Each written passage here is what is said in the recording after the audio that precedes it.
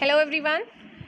Our today's topic is chapter 9 data handling of class 6th.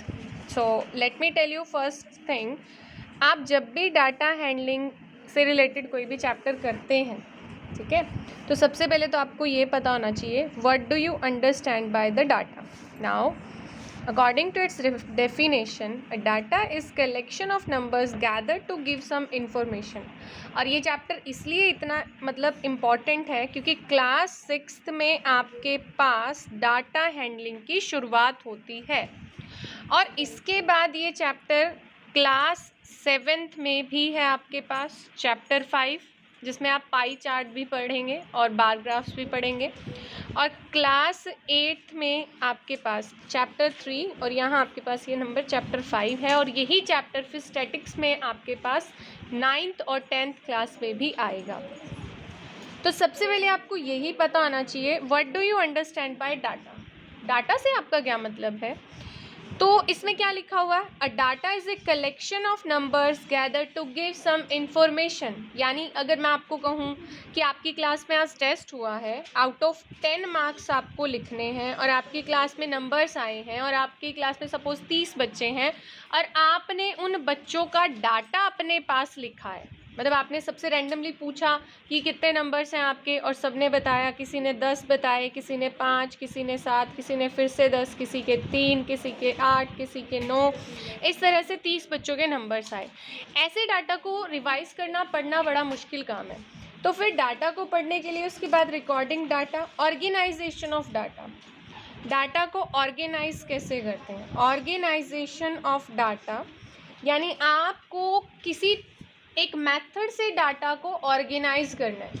Organise का मतलब होता है उसको सिरे से लगाना, यानी आप उसके लिए कोई भी मेथड यूज़ कर सकते हैं. अब यहाँ हमारे पास में सबसे पहले जो है वो है पिक्टोग्राफ. और आपको पता है पिक्टोग्राफ के लिए सबसे पहले पिक्टोग्राफ का मतलब जैसे इसका नाम इंडिकेट कर रहा है, यानी आपको एक ग्राफ बनाना है जिसमें आपको पिक्चर्स का यूज़ करना है. या तो आपको पिक्चर्स बना के दी गई हैं, आपने वो ग्राफ रीड करना है, या पिक्चर्स को एज अ सिंबल यूज़ करके आपने एक टेबल बनानी है. ठीक है, तो सबसे पहले सपोज करिए आपके पास क्वेश्चन ही है एक्सरसाइज 9.1 में, बिकॉज इसमें एक ही एक्सरसाइज कंटेन है. तो 9.1 में मैंने टेस्ट का ही आपको एग्जाम्पल दिया था, तो इसमें टेस्ट ही है. In mathematics the following marks are obtained by 40 student. आपको सबसे पहले क्या करना है, देखो बच्चों, बच्चों के 1 मार्क्स भी हैं, 2 भी हैं, 3 भी हैं, 4 भी हैं, 5 भी हैं, 6 भी हैं किसी के. तो सबसे कम नंबर, सबसे पहले आप यहाँ क्या लिखेंगे, मार्क्स, और यहाँ आप लिखेंगे फ्रीक्वेंसी. ठीक है जी, और उसके बाद आप लिखेंगे टेली मार्क्स. तो टेली मार्क्स मैं आपको बाद में बताऊँगी, पहले हम मार्क्स और फ्रीक्वेंसी के बारे में बात करते हैं. मार्क्स आपके हैं यहाँ 1 मार्क्स लेने वाले कितने बच्चे, जैसे फर्स्ट लाइन में 1 एक के हैं और फिर दूसरे के, तो 1 मार्क्स लेने वाले 2 बच्चे हैं. ये हुई आपकी फ्रीक्वेंसी. उसके बाद 2 मार्क्स लेने वाले 1, उसके बाद आपके पास 2 और 3, तो 3 बच्चे. इसी तरह से 4 मार्क्स लेने वाले 1 2 3 और यहाँ पे 4 5 6 7, तो 4 मार्क्स लेने वाले आपके पास कितने बच्चे हैं, 7.